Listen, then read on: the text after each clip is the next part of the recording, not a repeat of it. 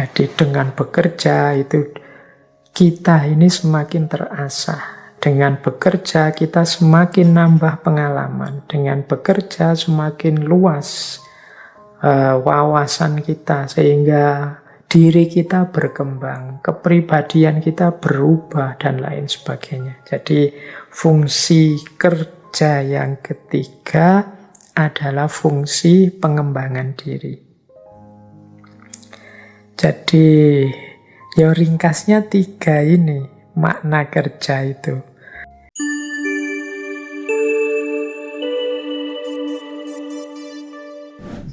Assalamualaikum warahmatullahi wabarakatuh. Bismillahirrahmanirrahim. Alhamdulillahirabbil alamin. Assalatu wassalamu ala asyrafil anbiya'i wal mursalin sayyidina wa maulana Muhammadin wa ala alihi wa ashabihi wa man tabi'ahum bi ihsanin ila yaumiddin. Amma ba'du. Bismillah, teman-teman. Mari kita lanjutkan belajar bersama kita. Mari kita mulai lagi. Kita lanjutkan ngaji filsafat kita di tema bulan ini yang membahas tentang pengenalan diri manusia. Semoga teman-teman masih dianugerahi istiqomah, dianugerahi keterbukaan hati untuk selalu siap belajar, nambah ilmu, nambah wawasan. Di tengah banyak sekali saya saksikan hari ini orang-orang yang sudah berhenti belajar, merasa sudah tahu, merasa sudah bisa, merasa sudah mampu, merasa dirinya sudah sampai pada titik yang terbaik, sehingga tidak mau lagi belajar, pinginnya ngajari orang, pinginnya menilai orang. Alhamdulillah, di tengah situasi yang semacam ini, kita masih siap belajar. Kita masih terbuka hati kita untuk nambah wawasan terus-menerus. Ini di ngaji filsafat ini yang belajar tidak hanya teman-teman yang mengikuti ngaji, saya juga belajar. Jadi jangan dikira materi-materi yang saya sampaikan itu sepenuhnya saya sudah paham dan sudah nempel di kepala semua. Ya ndak, setiap sesi saya juga harus siap-siap, harus baca-baca, harus sedikit-sedikit belajar. Jadi terima kasih, masih banyak teman-teman yang mengikuti ngaji ini. Itu alamat saya juga dituntut untuk banyak belajar terus. Makanya forum kita ngaji ini lebih suka saya sebut ini forum ngaji belajar bersama. Baik, kita lanjutkan, kita mulai tema kita malam hari ini, yaitu tentang kerja. Jadi menarik kalau teman-teman mencermati berbagai konsep tentang manusia, fitrahnya atau kodratnya atau sunnatullahnya manusia.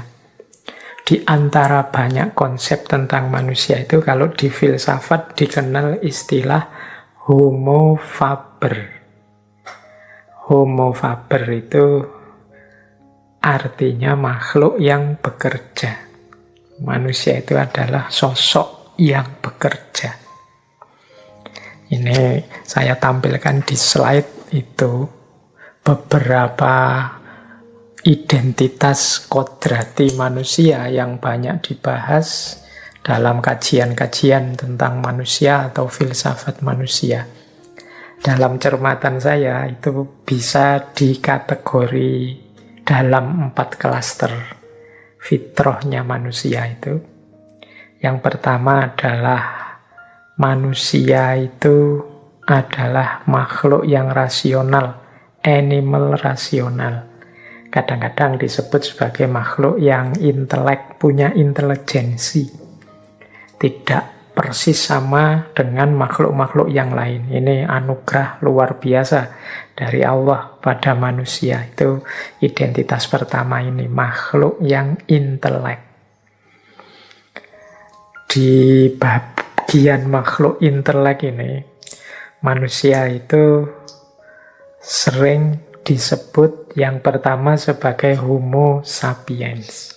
Istilah homo ini teman-teman semoga tidak salah arti ya. Homo ini dari bahasa Latin yang artinya sebenarnya manusia. Jadi dia merujuk pada satu genus dari kera besar kalau pakai bahasa biologi ya.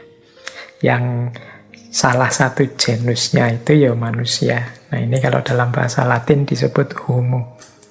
Maka Homo sapiens itu ya kalau dimaknai letterlek ya genus manusia ini yang bisa berpikir.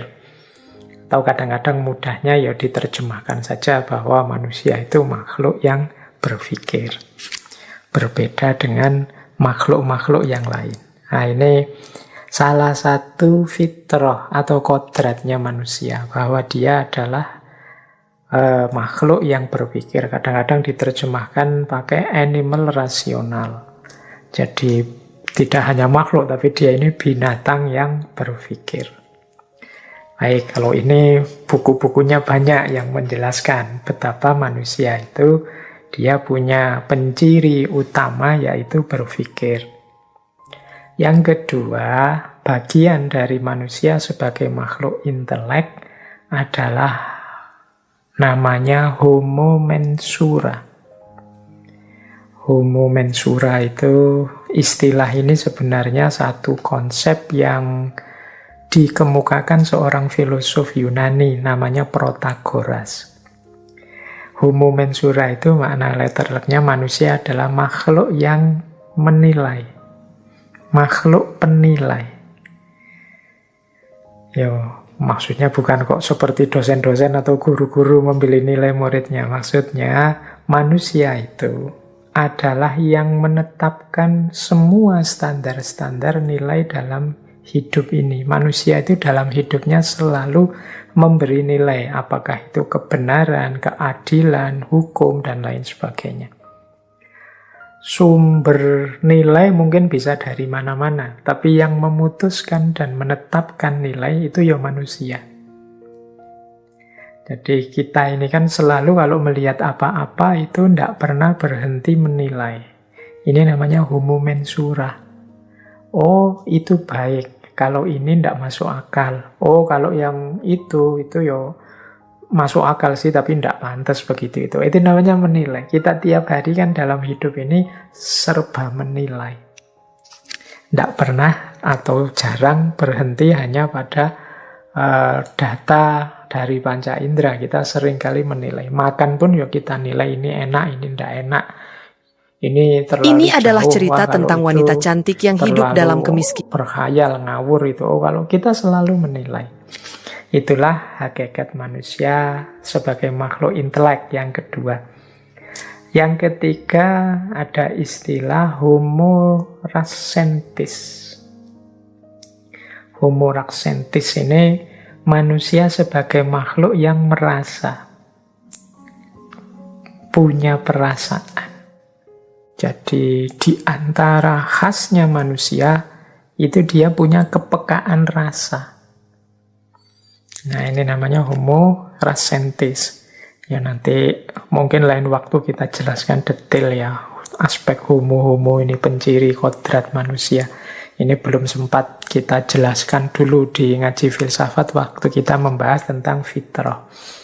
Karena waktu kita membahas tentang fitrah lebih fokus pada perspektif agama, perspektif Islam. Nah, kemudian ada juga Homo volens. Homo volens ini manusia itu makhluk yang berkeinginan. Jadi manusia itu tidak pernah puas di satu titik, dia ingin yang baru, menciptakan lagi, berkeinginan lagi. Itu manusia sebagai homo volens. Kemudian manusia sebagai homo educandum. Homo educandum itu manusia itu makhluk yang dapat dididik. Seperti apa karakter seseorang, seperti apa kepribadian, sosok, keterampilan, dan lain sebagainya. Itu bisa ditanamkan pada manusia dan bisa sukses karena manusia itu punya karakter bisa dididik. Kita itu bisa dilatih apa saja sesuai ideal-ideal atau cita-cita yang kita inginkan. Kita ingin menjadi orang ini atau menjadi orang seperti itu, atau membentuk karakter kita begini atau begitu, itu pasti bisa, asal kita terbuka untuk dilatih, untuk melatih diri atau untuk dididik. Karena memang pencirinya manusia itu homo educandum. Tidak ada manusia yang paket jadi. Jadi manusia itu perlu disosialisasikan, dididik, dibentuk, dan lain sebagainya. Nah, ini bagian dari manusia yang sebagai makhluk yang berpikir. Ada pula terkenal sekali manusia sebagai makhluk sosial. Kalau ini teman-teman sering dengar ya, bagian dari manusia sebagai makhluk sosial itu ya ada homo socius, ada homo economicus, ada homo conquered. Homo socius itu manusia itu sebagai makhluk yang membutuhkan yang lain. Perlu bergaul, berinteraksi dengan yang lain. Disadari atau tidak disadari. Yang kedua, homo economicus. Homo economicus itu manusia sebagai makhluk yang senantiasa ingin memenuhi kebutuhannya. Jadi manusia itu makhluk yang berkebutuhan.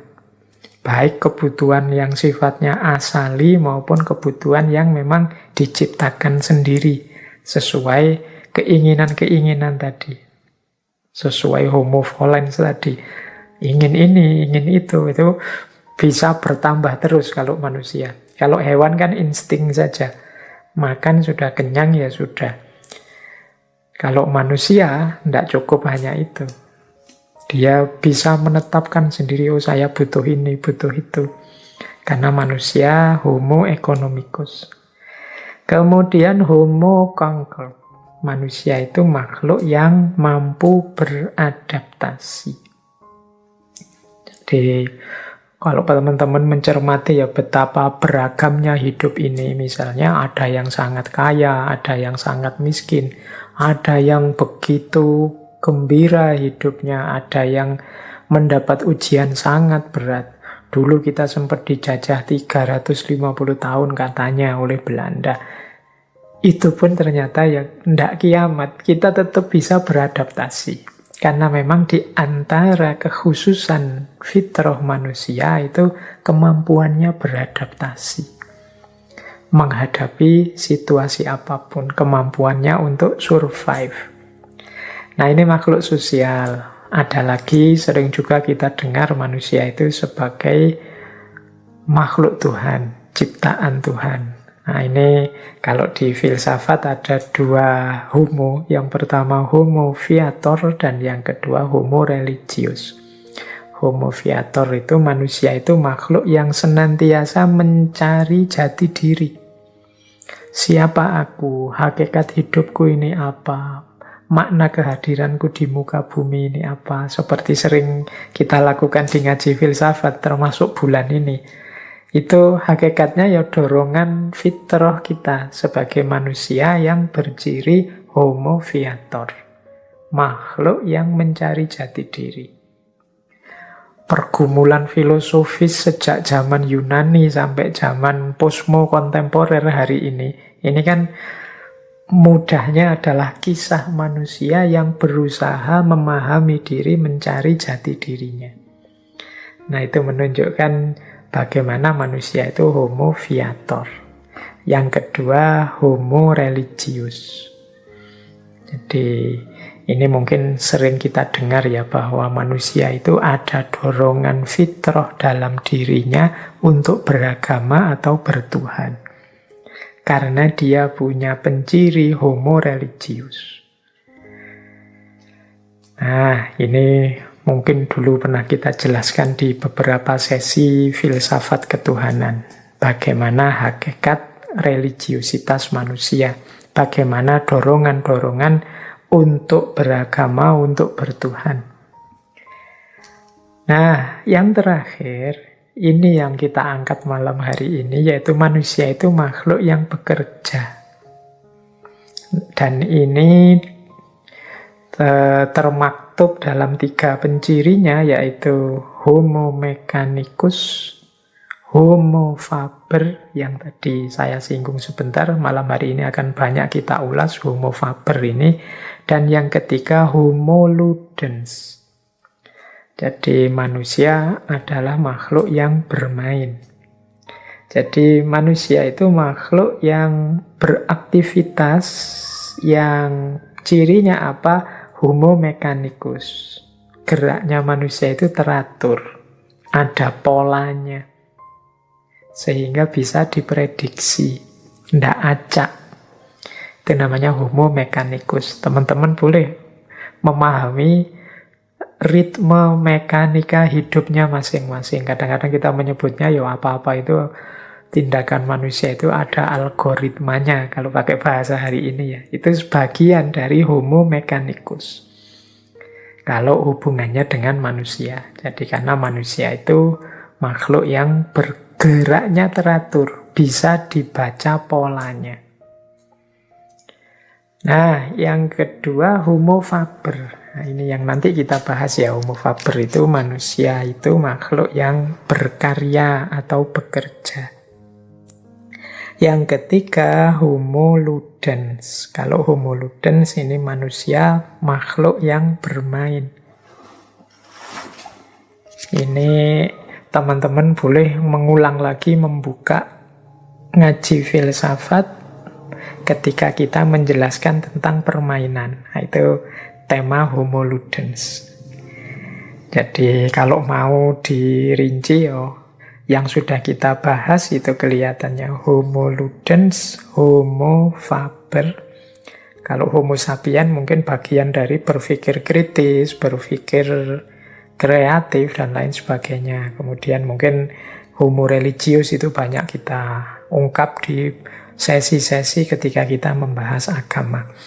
Semoga nanti aspek-aspek fitrah kodrati manusia yang lain bisa kita angkat semua satu-satu ya pada saatnya. Baik, jadi homo faber atau kerja atau karya itu adalah bagian dari kodrat fitrah manusia. Baik, kita lanjutkan. Nah, ada banyak perspektif sepanjang sejarah yang membahas tentang hakikat kerja. Ini ada beberapa, sejak zaman dulu itu ya sudah banyak pemikir-pemikir, bahkan pandangan-pandangan tentang nilai kerja termasuk dari agama. Misalnya ini beberapa catatan saya ya. Ada beberapa agama yang menganggap kerja itu sebagai bentuk hukuman dan pertanggungjawaban manusia. Jadi ada pandangan bahwa manusia itu dulunya di surga. Tapi karena melakukan dosa, kesalahan, akhirnya dia diturunkan ke bumi. Loh, kalau dia dulu di surga kan enak, apa-apa terjamin. Pingin apa saja terpenuhi. Tapi begitu dia turun ke bumi, tidak bisa seperti di surga lagi. Akhirnya ya untuk memenuhi kebutuhannya, dia harus bekerja. Dia harus bersusah payah. Nah, ada yang bilang ya ini konsekuensi dari dosa yang dia lakukan. Jadi kerja itu ya hukuman. Salahi sendiri dia berdosa. Nah, ada pandangan yang seperti itu. Jadi kerja itu hukuman dan sekaligus pertanggungjawaban manusia di muka bumi. Nah, jadi kerja juga bagian dari tanggung jawabnya manusia. Ada juga pandangan begitu. Jadi manusia itu kan di muka bumi ini tidak kok hidup untuk senang-senang saja. Ada banyak tanggung jawab yang harus dia pegang. Dan itu tidak mungkin terpenuhi kalau dia tidak mau melakukan apa-apa. Dia tidak mau kerja. Jadi kerja itu ada yang bilang hukuman, ada yang bilang tanggung jawab. Ada pula pandangan yang bilang kerja itu bagian dari panggilan Tuhan. Jadi kerja itu sesuatu yang suci. Kerja itu satu bentuk pengabdian manusia terhadap hidupnya. Jadi bekerja itu sama sucinya seperti orang yang berdoa. Bekerja itu sama sakralnya. Kalau dalam Islam kan aktivitas apapun, kerja apapun yang kita lakukan, kalau niatnya lillahi ta'ala, itu dia nilainya ibadah. Itu sama-sama sakral.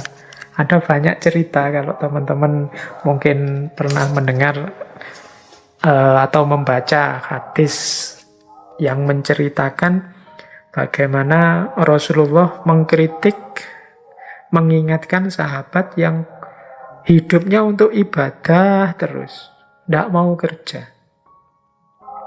Atau juga pernah Rasulullah mengingatkan seorang sahabat yang waktunya orang kerja dia di masjid. Terus waktu ditanya, lah hidupmu yang nanggung siapa? Yang nanggung saudaranya. Maka terus Rasulullah bilang, wah saudaramu lebih mulia. Ibadahnya bisa terhitung lebih banyak daripada kamu. Karena kerja itu ternyata untuk memenuhi kebutuhan itu juga bagian dari ibadah. Jadi kerja ternyata juga termasuk panggilan Tuhan. Ini perspektif yang lain. Nah, ada juga satu masa, satu fase sejarah manusia yang menganggap kerja, apalagi kerja fisik, apalagi kerja keras, itu hanya untuk orang-orang yang levelnya rendah. Nah, jadi ada pandangan tentang strata-strata manusia. Ada manusia level tinggi, ada manusia level rendah. Ya, kalau di barat misalnya ada zaman perbudakan. Manusia yang punya perspektif manusia itu ada levelnya, ada stratanya, ada kastanya.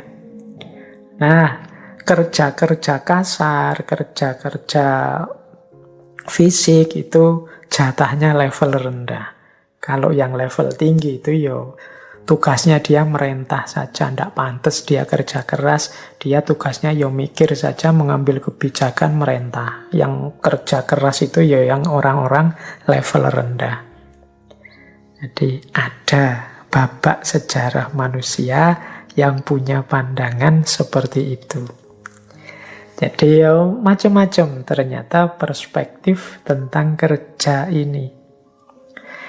Baik, kita lanjutkan. Itu tadi beberapa perspektif dalam sejarah ya. Kalau dari filsafat juga banyak pandangan-pandangan tentang kerja ini. Secara umum saya ambilkan misalnya 3 tokoh filosof, misalnya John Locke, Hegel, Karl Marx. Ini 3-tiganya pernah ya kita bahas di ngaji filsafat. John Locke misalnya menganggap pekerjaan itu merupakan sumber untuk kita bisa memperoleh hak milik pribadi. Nah, ini definisi ini yang paling sering kita pakai kan, kita bekerja apa?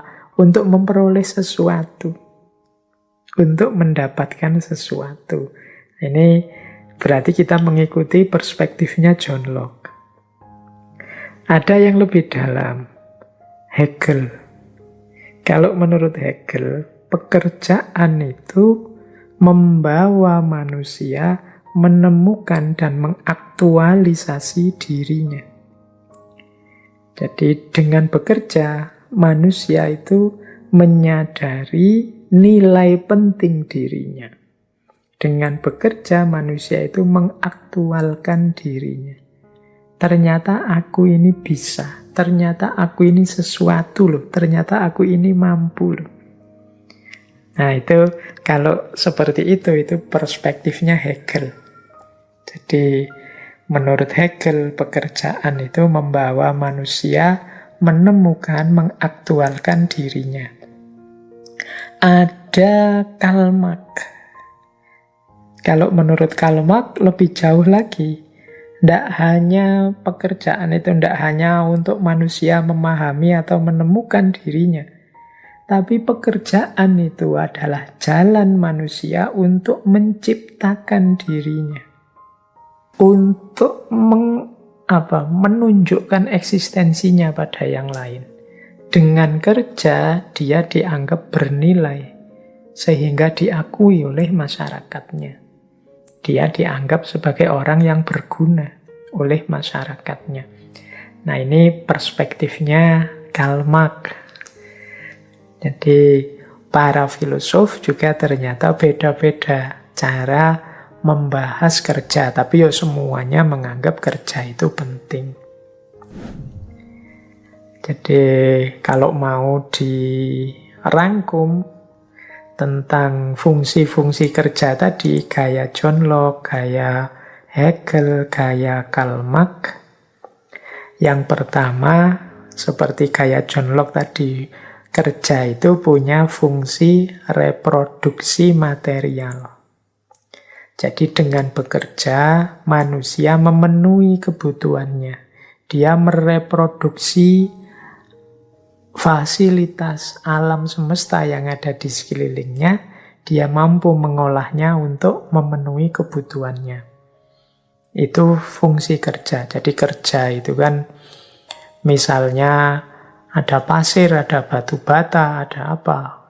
Dengan diintervensi oleh kerja manusia, pasir, batu bata, dan lain-lain itu bisa wujud jadi rumah misalnya.